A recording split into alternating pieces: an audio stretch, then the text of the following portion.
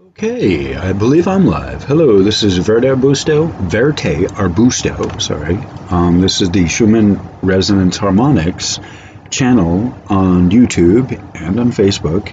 And thank you all for being here. If you're new, welcome. I appreciate the comments and feedback from all the viewers, and if you have any questions, please leave them in the comments, because I do read all of my comments. I may not respond back with anything other than the little heart thing or a thumbs up. I respond to, I think, pretty much everything in some way. But if you have comments, I may not necessarily respond to that, but if you have a question and you phrase it as a question with a question mark, I will absolutely answer the question to the best of my ability. And especially if it's something that I have said in the video or a previous video that's related to it, I will give you, to the best of my ability, maybe not a resolution, but certainly something for you to consider, and with location of research, often of where I have found stuff, so you yourself can look it up. And that's one of the things that I like, is giving people specific places that they can find out more, and so that perhaps maybe the person and I can learn more about the topic as well. And that's part of one of the things of the comments that I like, is it gives me directions of where to go and what to do and what to talk about. All right, so I am soliloquizing without having my face present, but this is, even though this is basically the same thing I used for the last part, the same Schumann resonance. It hasn't changed in the course of the 40 minutes I did the other video. All right, so let me get back into the text. Okay, I'm back. All right, so welcome, everyone. There we go. Welcome. It's tricky knowing where the camera is sometimes. That's why I like having it, doing the screen capture. I like having it on the screen so I actually can see myself. So I know if I can't see myself, you can't either. So, pardon me. All right. So I'm just picking up right where I was the last the last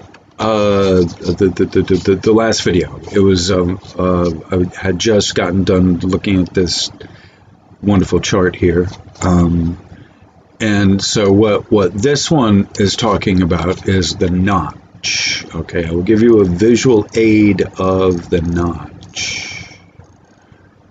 There we go. This is the notch. 50 hertz. Okay.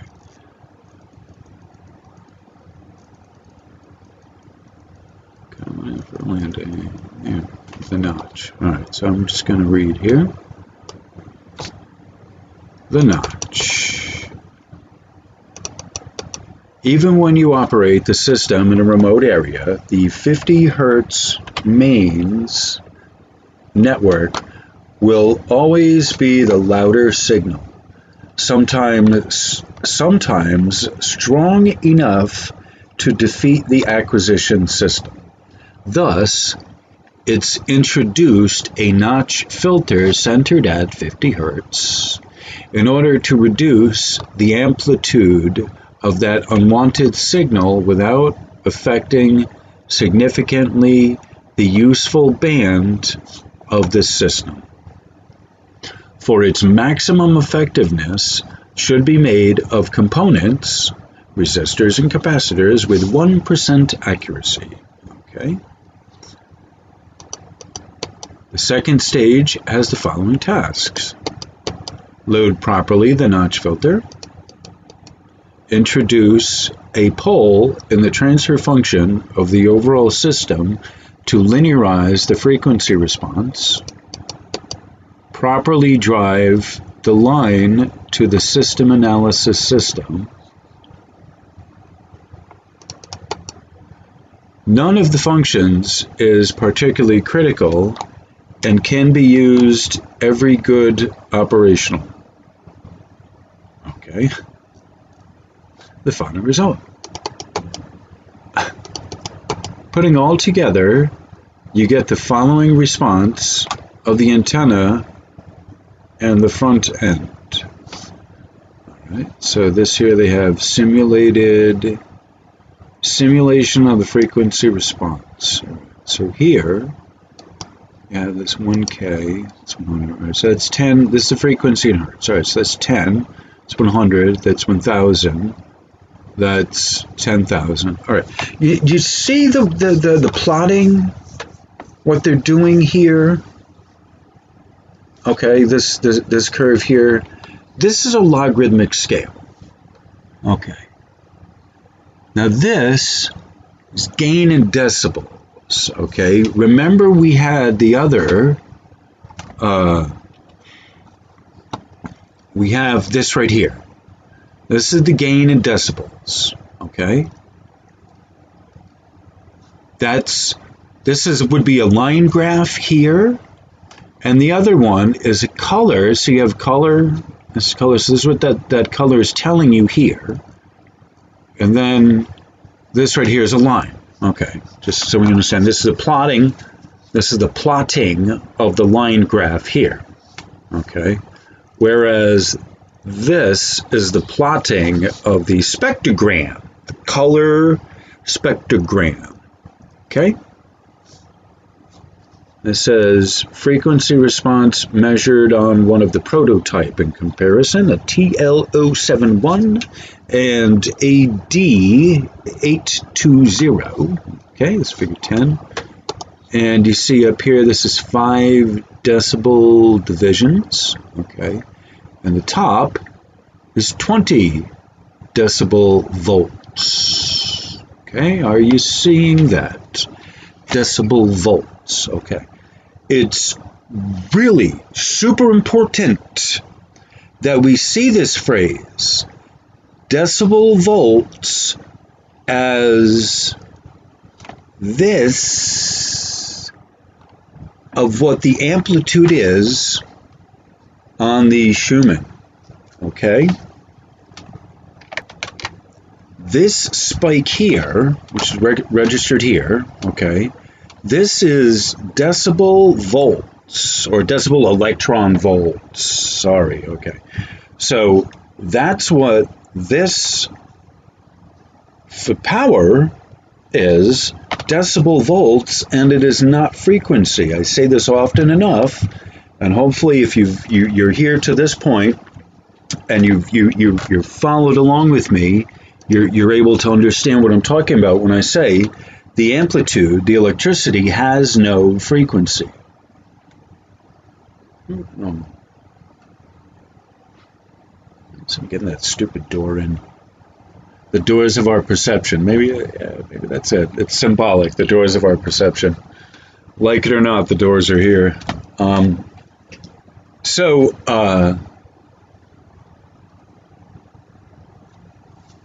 I keep moving. It's hard to hit a moving target.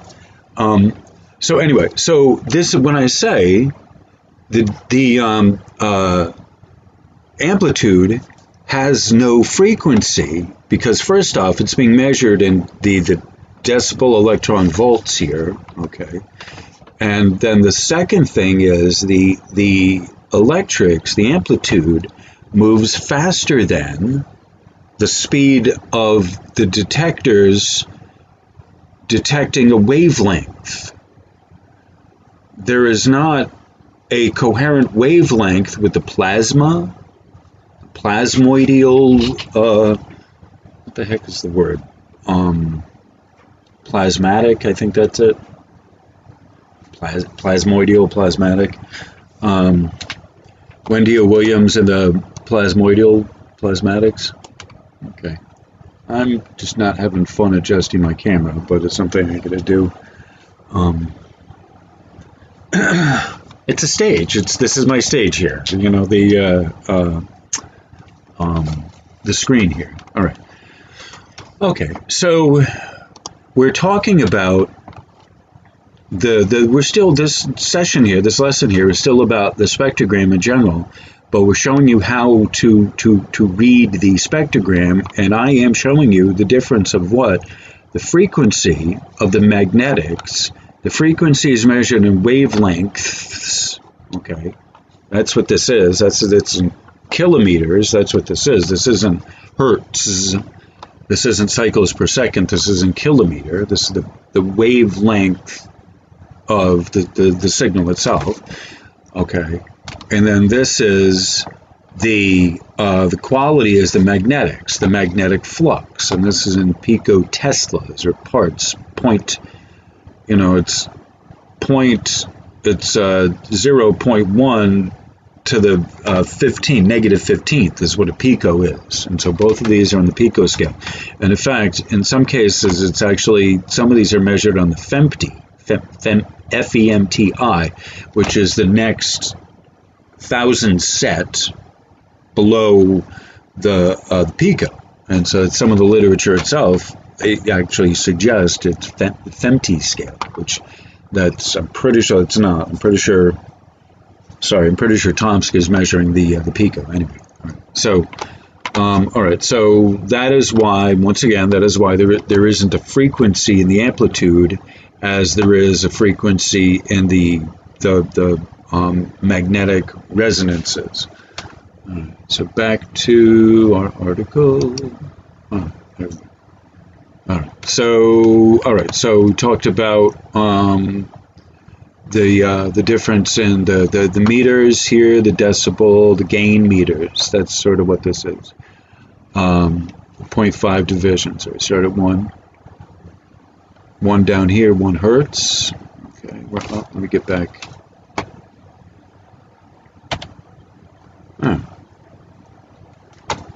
So you have starts at 1 hertz here. Your frequency is here. So 1 hertz, then it goes to 1,000 hertz, 1K. So it's 10, that's 100, that's 1,000. Okay, it's the same thing, frequency there, and then they're giving you the same thing here. So it starts at negative 80 down here. The top is 20 decibel volts. Okay, all right. So where you can see, all right, so we went over this right here. All right, so where you can see bandwidth from 5 to 30 hertz within 3 decibels. Okay, so 3 would be moving up. Okay, so these are starting at negative 40, 80. Yeah, these are starting at, and so 3 decibels is like here. 1, 2, 3. All right. Less than, I guess it's greater than 30 decibel attenuation at 50 hertz. So we're at right here, 50 hertz. Right? So they're showing you, bing, that's they're greater than at that frequency. See what it did to that? They sent out a test, a simulation of frequency response. So they just sent out, this is a signal test. This isn't them getting their information from the environment. This is just a signal test. They're looking to see the notch. We're still talking about, oh my goodness, all these years later, we're still talking about this notch and notching off that frequency, the intensity, the frequency and the intensity of this here for the power main, and you can see they dialed it right in at 50. Okay, nice. All right. Pardon me. Roll off above 200 hertz to avoid overload by signals well outside the band of interest. Okay. So we're talking about 1 that's 10, 20, 30, 40, 50, 60, 70, 80, 90, 100. Okay. And then we have 200, 300, 4, 5, 6, 7, 8, 9, 1,000. Okay, so you see how it's starting to roll off over here, over 1,000. Okay, well, AM radio starts at, that's the kilohertz, okay? You got to remember that. So the Schumann antennas, you see how this is designed? They notched it at 50, right there. They notched it at 50, okay? There's a threshold of what it doesn't, threshold of where it begins. There's that notch, and then where it rolls off. Okay, you see that. How that is 100,000 hertz. That's the signal they sent at it. Okay, and this is what it's receiving. Okay, I'm pretty sure this is what they're showing you, is that it notched. It's going off below. It's starting to go below the threshold range. Right, you see where the threshold range, how far down it attenuates at 30 hertz. So this is where you look at going straight across, right? So that's somewhere around 10, even though it says 100,000 there, that's 10,000, so above 10,000 hertz, it's not even able to detect, okay? Do you see this, where it goes, this area here?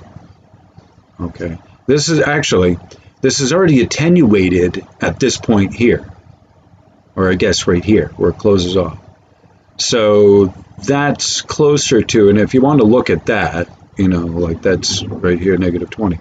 Like you can see, that's where this would be the range of the Schumann antenna would be here. Okay, relative to all the rest of, and this is something that I make a point. It's not that the thing doesn't happen.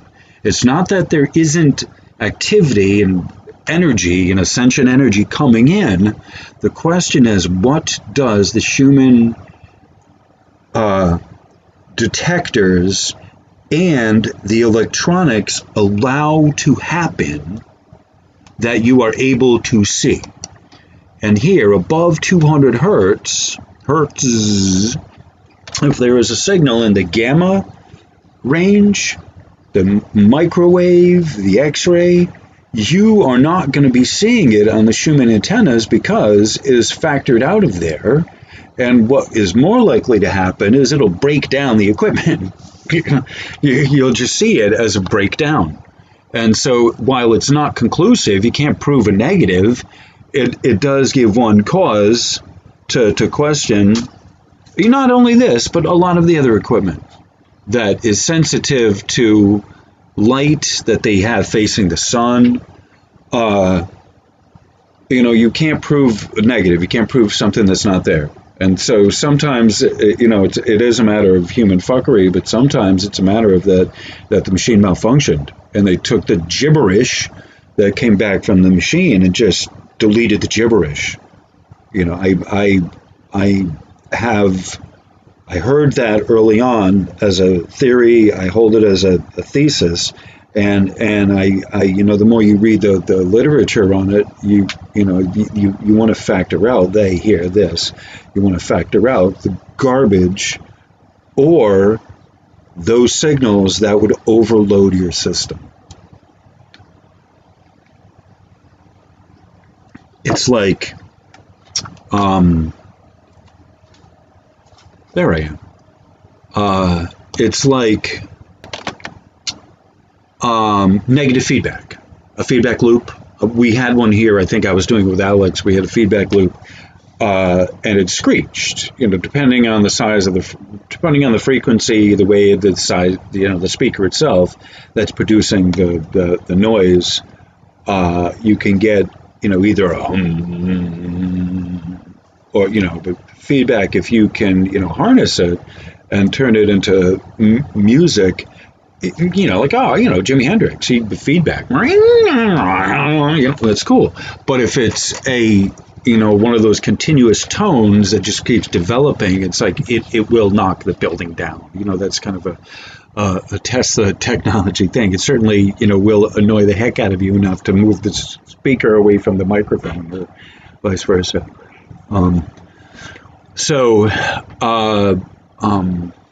Oh, I lost my train of thought. So anyway, so the feedback is distortion, standing waves. That's that feedback of it looping back on itself is a distortion. It's a feedback. It's a standing wave. It is a harmonic of a certain frequency that is, in a sense, like this. So this is like a feedback loop. It's not, but kind of is. It's a very strong signal that is generated, and it has to be notched out. Okay, so I think that's a fair place to say where we're at with this. Okay. The system is powered by a pair of rechargeable batteries of 8.4 volt nickel mercury halide. I'm not sure what that is. Excuse me. With their 140 milliamp Henry capacity, they are amp hour. I'm sorry, milliamp hour. They are sufficient to guarantee a day of operation of the system. If you need a greater autonomy, you can assume the use of two small batteries, Pbgel, I guess lead, of 12 volt, or maybe four cells, lithium, potassium, I guess, if the weight factor is important. All right, so they give you three different battery options. That's interesting. Ooh, hello. The system, the system, PC, and software. Okay. The simplest way today to analyze a signal is the use of a computer with a sound card and an appropriate software. Unfortunately, not all the Sound Blaster work fine down to those frequencies, and is therefore warmingly advisable to test them before using. As a programs for the acquisition, recording, and analysis, among the most popular we can mention Spectrum Lab for capturing and analyzing in real time, and then Baudline and Sonic Visualizer for post-processing. All right, so we have two names here of software so that you yourself, dear viewer, so you yourself are able to consider, if you got a PC, you got a software, they have an antenna, Spectrum Lab, and you saw, okay, you saw this over here, there it is, where Alex and I,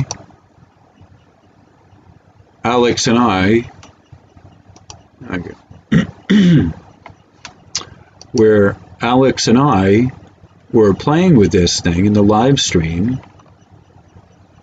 Hello. Oh, it doesn't like me. All right. Never mind. Anyway, so this is off the topic. This is off the subject. So, don't want to leave that on. All right. So I've made that mistake before. All right. So, anyway, so they're just as a simple spectrum. There are machines that can interpret the data that's put into it and give you a spectrum, and then here these are Sonic Visualizer for post-processing. Okay. All right. Please refer to their websites for each instruction on the use and configuration. You know what? I should go over there and check that out. I'm letting that roll around in my head just to see what those are. After I close this, and then maybe I'll make another part H or some, what do you call it, Annex. They have, there's another word for it, not an annex. Anyway, appendix. That's it. All right. What do I receive? Question mark. Or hat do I receive? As anticipated, the system presented offers good reception. In the figure below, you can see a recording prepared with Spectrum Lab and acquired with the antenna T, or T-type antenna, of 18 meters, supported by occasional means as visible in other images. Okay? And this was 21st of October, probably 2012, 400 hours. All right. And it says screenshot of Spectrum Lab with the spectrum for the, my goodness, screenshot of Spectrum Lab with the Schumann resonances. And it says source IK1QFK. Right. The result is very positive and achieved with little effort and investment. Okay. The bands of Schumann resonances are clearly visible, as well as 50 Hertz, albeit its considerable amount does not affect the cleanness of the acquisition. All right, so it is telling you, all right, so what it's saying is that, you can see a strong line at 50, but that doesn't affect, getting the rest of the signal, basically. Albeit considerable amount does not affect the cleanness of the acquisition. So when they talk about cleanness, you can see a very strong doohickey here. This, not only is it a dark, it's in the lighter into the red. A few of these kind of tap at the red. Okay, this red here. And these spikes here, these are very interesting as well. Okay.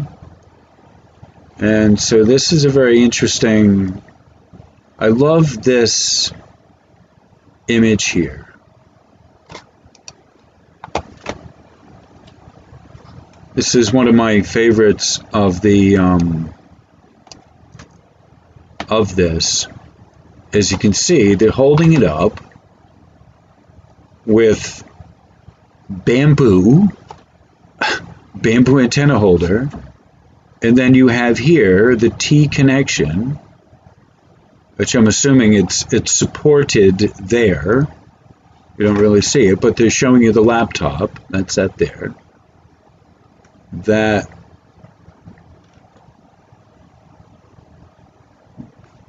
ground connection.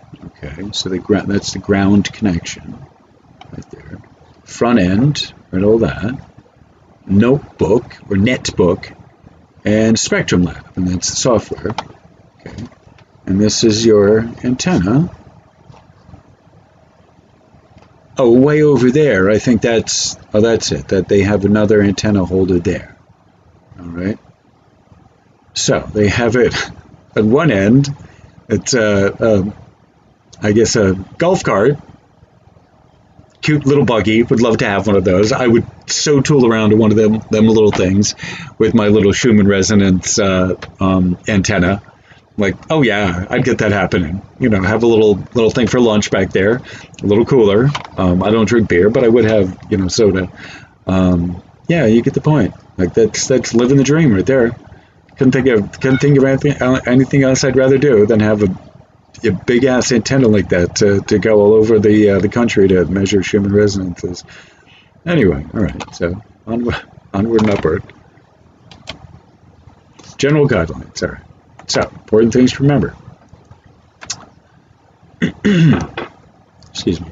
To drive the testing activities quickly towards an efficient consideration, you can consider the following guidelines. Where possible, prefer a T antenna structure rather than an inverted L. Okay. Provide means to dampen the mechanical vibrations of the wires as much as possible. For example, the horizontal conductor can be kept in constant traction on one side with a weight that pulls down and dampens the oscillations thus improving the signal to noise below 10 hertz. Okay. And I want you to point something else too. Okay. I want to point out something else as well. That this is oriented along the vertical. All right. So if they are measuring the electric portion with this, okay, they may be, if they're measuring the electric portion with this part of it, their spectrogram is going to be oriented in a certain way. I'll just put that, based on the way that this antenna is oriented. It's a minor point, but it's not also. Place the front end to the base of the T, and from this point, starting with a long shielded cable to carry the audio signal to the PC in the shack. Okay. Place the ground connection at the same point, and that is at the base of the vertical section of the T. Okay. All right. It is a good practice to put the netbook or a generic PC to at least a dozen yards from the antenna and the receiver. This distance is very dependent on the amount of noise generated by the computer and should be checked case by case. Okay? Test and experiment with the use of an isolation transformer placed between the receiver and the sound card. It's not always needed, but often it helps. Okay, next item. Another important caution. The microphone input of Sound Blaster cards almost always delivers some DC voltage to feed a condenser microphone. It should be blocked with a condenser before it is grounded by the eventual line transformer above mentioned. Okay? It is better if the electronics of the front end, it is enclosed on shielded case. Okay? Okay? Each mass that perturbs the static field in the vicinity of the antenna is transformed into a signal on the spectrum, especially below 20 hertz. So, things or people who move around the receiving system can create artifacts on the received signal. The establishment of an area not walkable around the antenna at least 10 feet from each part of the each part of the receiving structure. Okay, I'm back. I had to plug the power cable in. All right, so first I had to find this stupid end of the damn thing. All right, so where was I? All right, so each mass that perturbs the static electric field in the vicinity of the antenna is transformed into a signal on the spectrum. All right, so that is the T-type. That is an electric antenna, the electric portion that they're measuring. Okay. Which is fine. They have it oriented that way. Okay, whatever. They're getting a signal. All right. So you see, they had it like up against a fence, and that's an interesting thing to note because people aren't going to be walking in that general area. They had to be very careful of where they selected that. And as you can see, they talk about that. You know, you have to establish a perimeter where people can't walk within 10 feet of it. You know, you see how they have that established from end to end, and one end is attached to a glorified golf cart, and the other end it's, you know, attached to looks like maybe a little bit more secure fence there, but, you know, there's a pole that it's on.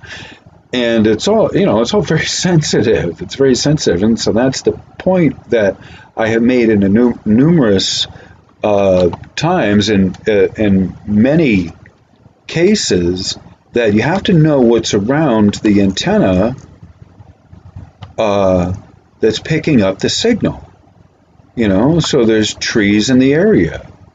Those give off a slight bit of EMF interference.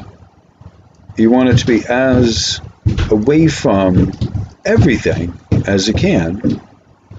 And so that's one of the important things that they're talking about, to leave a perimeter that you're not going to be walking around it. Okay. So we are at this point pretty much at the end of this. Okay. Acknowledgement at the end of this paper. I would like to thank Marco and Andrea IZ5 IOW IZ5TOU for having me light up the curiosity on this matter, and Renato IK1QFK and Marco IK10DO, all right, for the competent and valuable help and support of this experience. For those wishing to explore some of the many topics covered in this article, I may suggest to take a look at the bibliography. All right, we are officially at the end of it. But one of the things, open that number tab, and open that number tab, open that number tab. All right. So, I think that's probably the end of this. I think officially that's the end of this this series here of this particular video. He does give references with his board line. Oh, that's interesting. Oh, that's good. Heart line, heart method. I've shown reference to that elsewhere. All right. So this is, yeah, that's right. I was gonna do this as a oh my. Okay. Yeah, amateur radio software. All right, another spectrograph. All right, so you see here, negative the decibel rating here, going from negative 120 all the way up to 80, like 40. That's negative 40. So anyway, so you see the different types of, we're talking about spectrums, okay, spectrum analyzer, all right, the doohickey there. All right. So without going more into these here, I may do an appendix on this, the baud line. I gotta look that up, whatever. Anyway, but I think officially speaking, I'm gonna close this out. And I have again given a recent observation from the Schumann. I've talked about that. We've looked at the most recent Schumann from Tomsk. It's up to 52 in the decibel electrovolt, pico electrovolt range. Okay, that's what these are. Is the decibel electrovolts. Okay, and I'm going to actually be changing that on this that I've been doing. I've been working on this, for those of you who don't know or not familiar, on Facebook, partially on Wagers World's channel, sometimes on my posts. I update this, but this is basically me giving a synopsis to the best of my ability on how to read the spectrogram and the reports at Tomsk. And so I've been updating this regularly, and I post it on the Facebook, either the Schumann Resonance Harmonics on Facebook or the Schumann Resonance group on Facebook. So both of those. One, I'm the administrator of one, and the other is I'm the moderator for the madhouse over there. So, all right. So I'm updating that. It's one of the things I do to keep myself busy. Is a regular description I give with this for people who are not familiar with the Schumann, so you can figure out how to read it.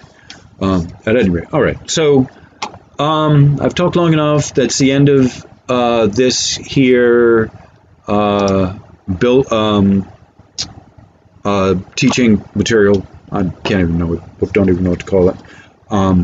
That's the end of this lesson. Thank you all for being here. Sometimes words can be difficult for me. I appreciate you being here. Thank you very much. And you're wonderful.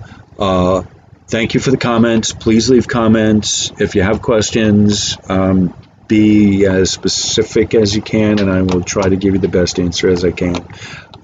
Thank you very much. Like, share, subscribe.